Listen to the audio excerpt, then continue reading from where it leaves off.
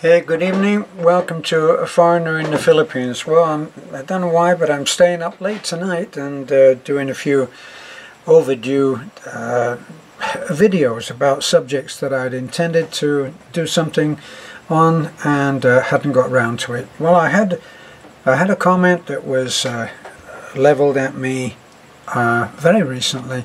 Said, why don't you be the bigger man and repair relationships with a neighbour of yours?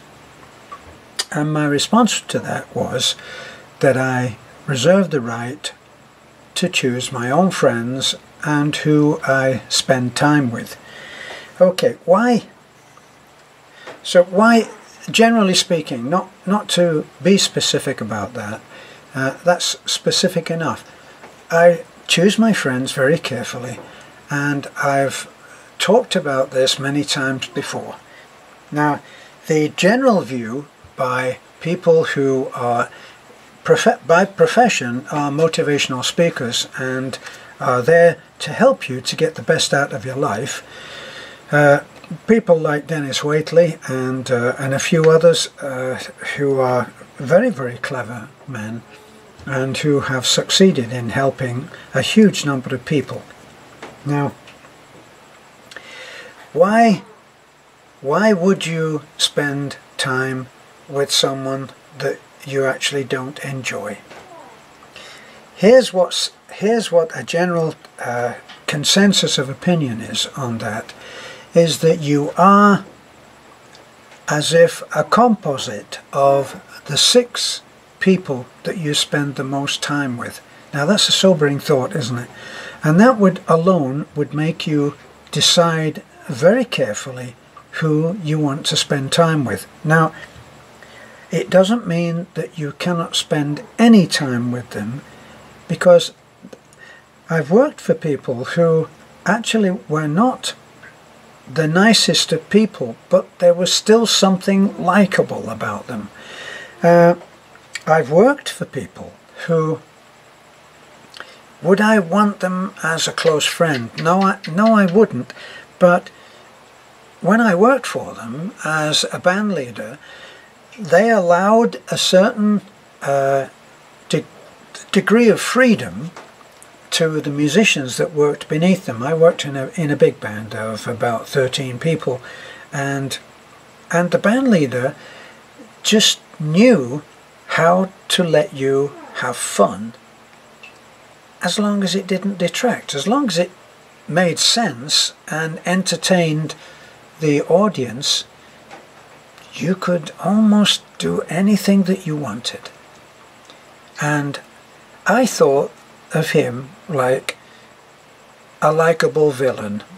Now, in Australia they use the word villain, but and also they use the word mongrel, not quite such a great term, but villain.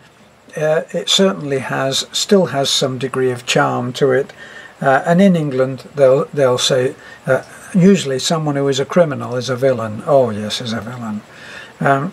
So that's that said, the man was still likable. You couldn't help liking him. So it's possible to be in a situation where you actually still enjoy being with that person, although you acknowledge that they're not really that good for you. What is it that makes you take on some adverse, what can we say, some less than admirable quality or characteristic of another person, which you really don't want to? Well, association makes that happen.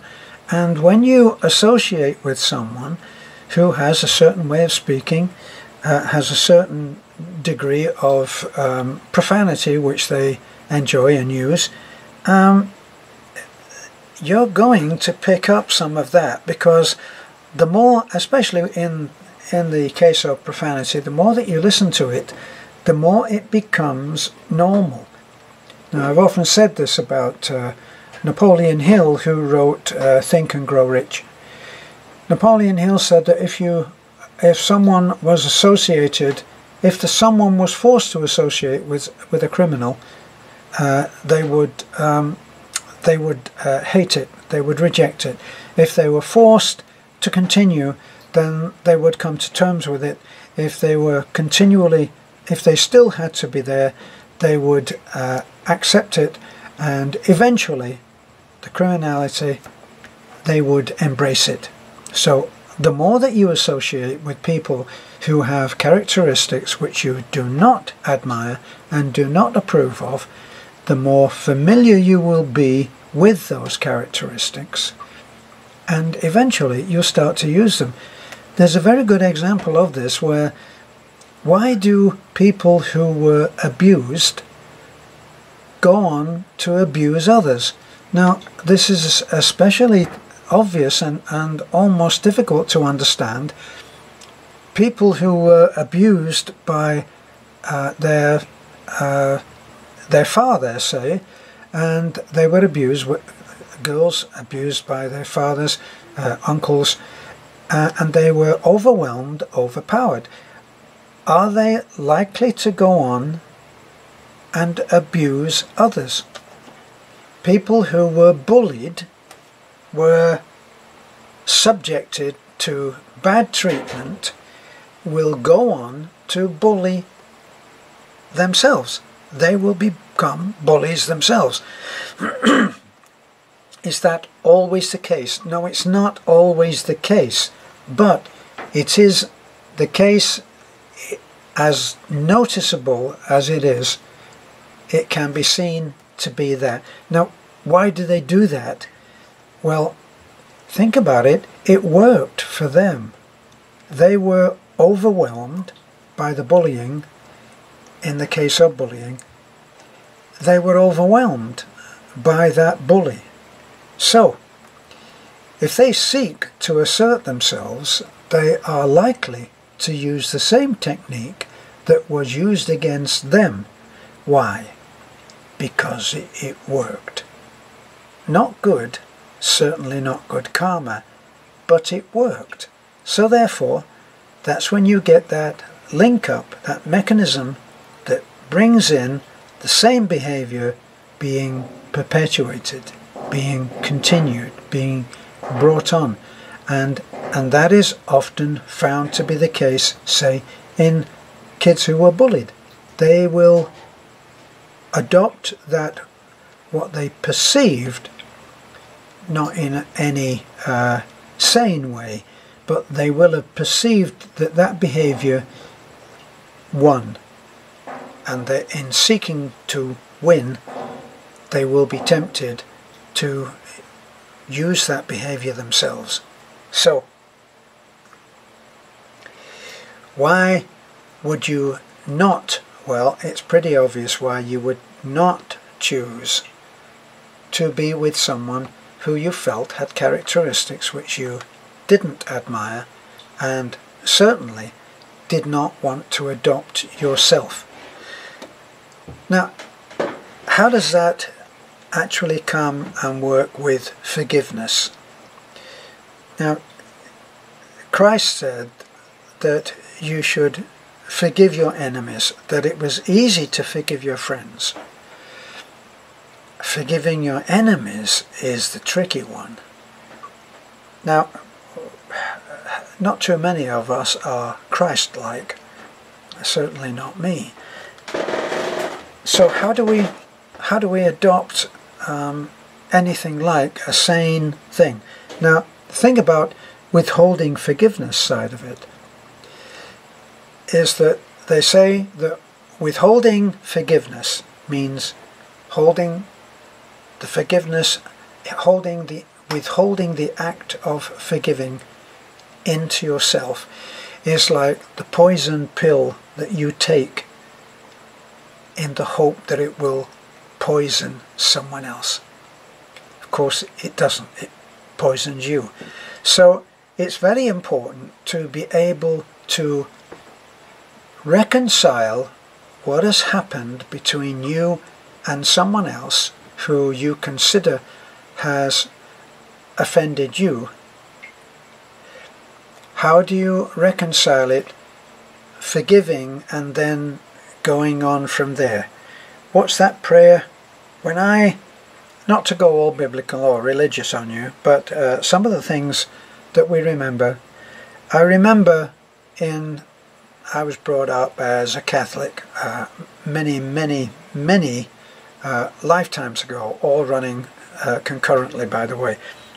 But the end of the Lord's Prayer says, "And forgive us our trespasses as we forgive those who trespass against us." In other words, forgive the nasty little things that we've done to others, and help us to forgive the nasty things that others have done against us. Is it possible? So the question for me is it possible to forgive and yet not allow someone back into your life? And there are people who know me and know what has gone on in the past who will form their own interpretation on what I'm saying. What I'm saying can be specific, but it also is a general thing, as some kind of lesson to others as well. Can you move on and spend time with someone who you have actually decided is bad for you? Now, I remember when I was a kid, my mother would say, "Yeah, he's a good kid, but he's in with a bad lot." And the interpretation on that then was that if some kid that was good got in with bad influences, his behavior, as per Napoleon Hill, would turn bad, because as he watched this bad behavior succeed in getting some attention, he would then try it out for himself. Now, at one time in my own time as a single parent, my boy, I was a single parent of one child when I came to America at the breakup of my then marriage, and I brought my son up myself as a single parent. And at one point, his behavior started to really deteriorate. And then, until one day, I said, "Look, I'm not very happy. I'm not willing to accept your behavior. I don't like it." And in a surprising turn, he said, "Well, I like my behavior, so?" So I put it to him so that he could make up his own mind. I said, "Look, I'm too old to be taking this kind of behavior. Maybe when I was younger, maybe I'd have worked with it. But now, I think that you should change your behavior, because what you're doing is you're bringing the behavior that you see at school."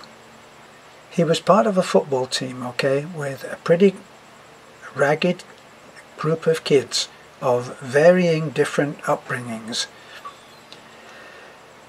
"And I think that you're bringing that home, and I don't like it, and I don't think it's right."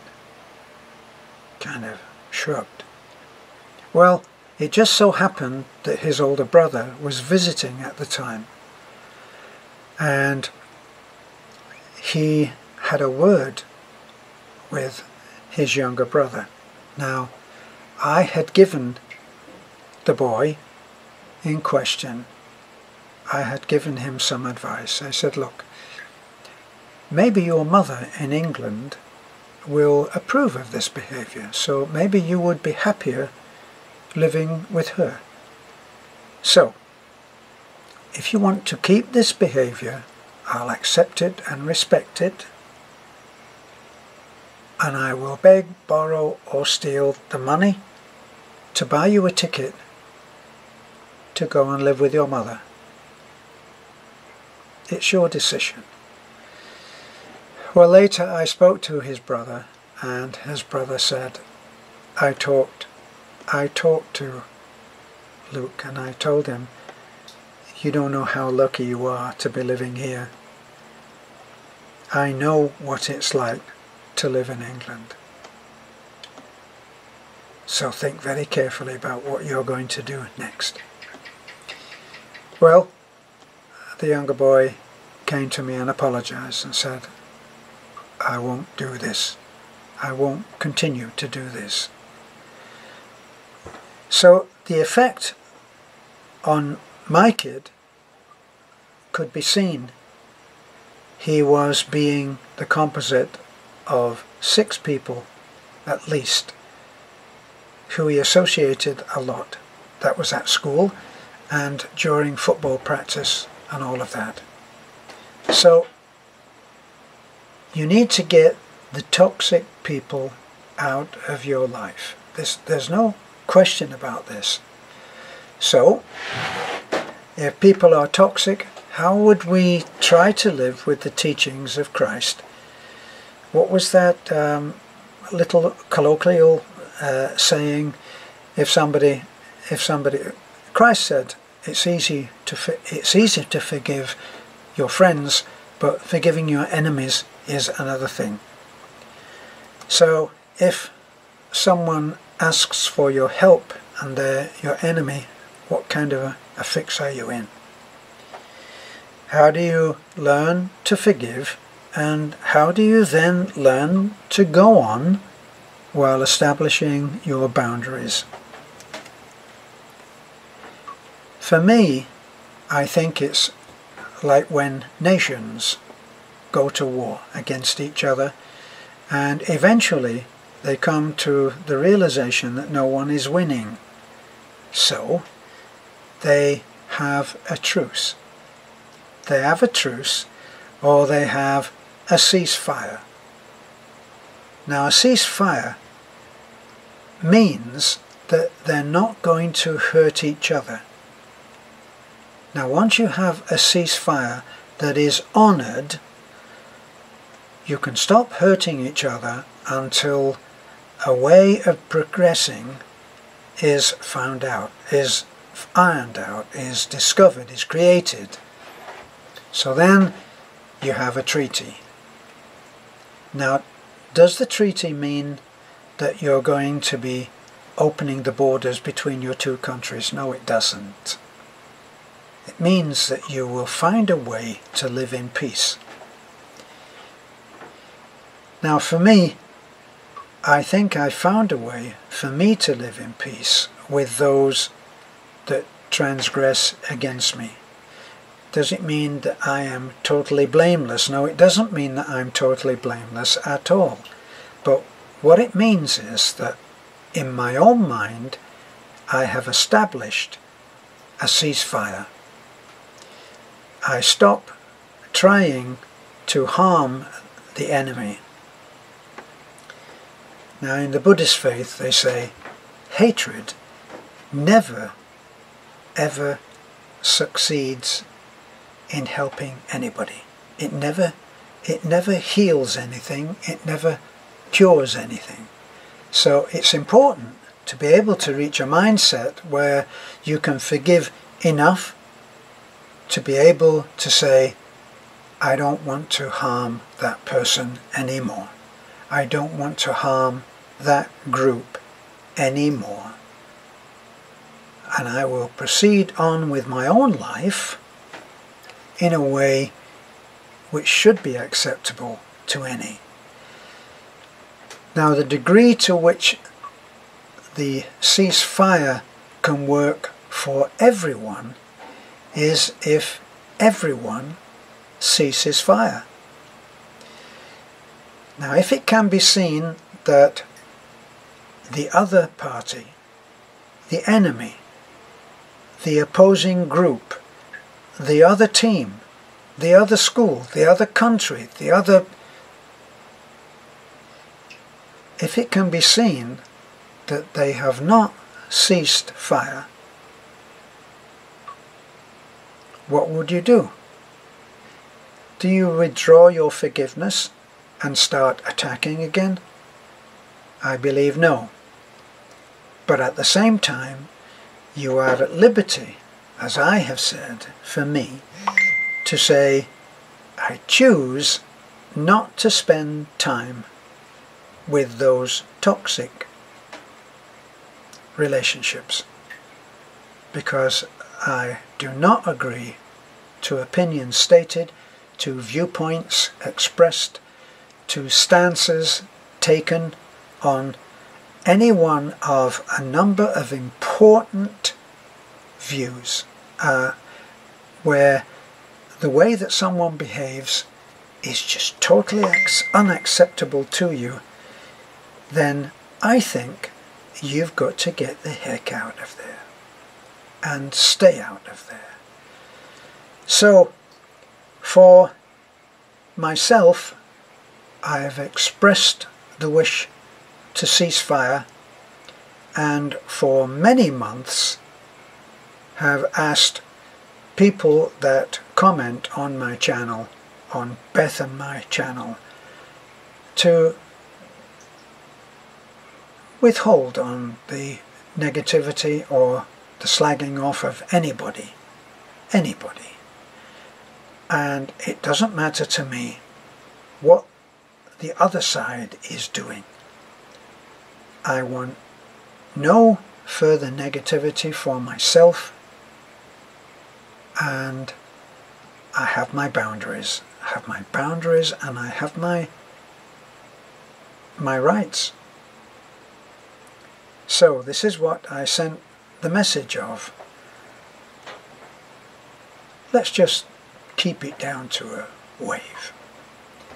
Let's keep it down to hello, goodbye, and nothing in between. That's where I'm at.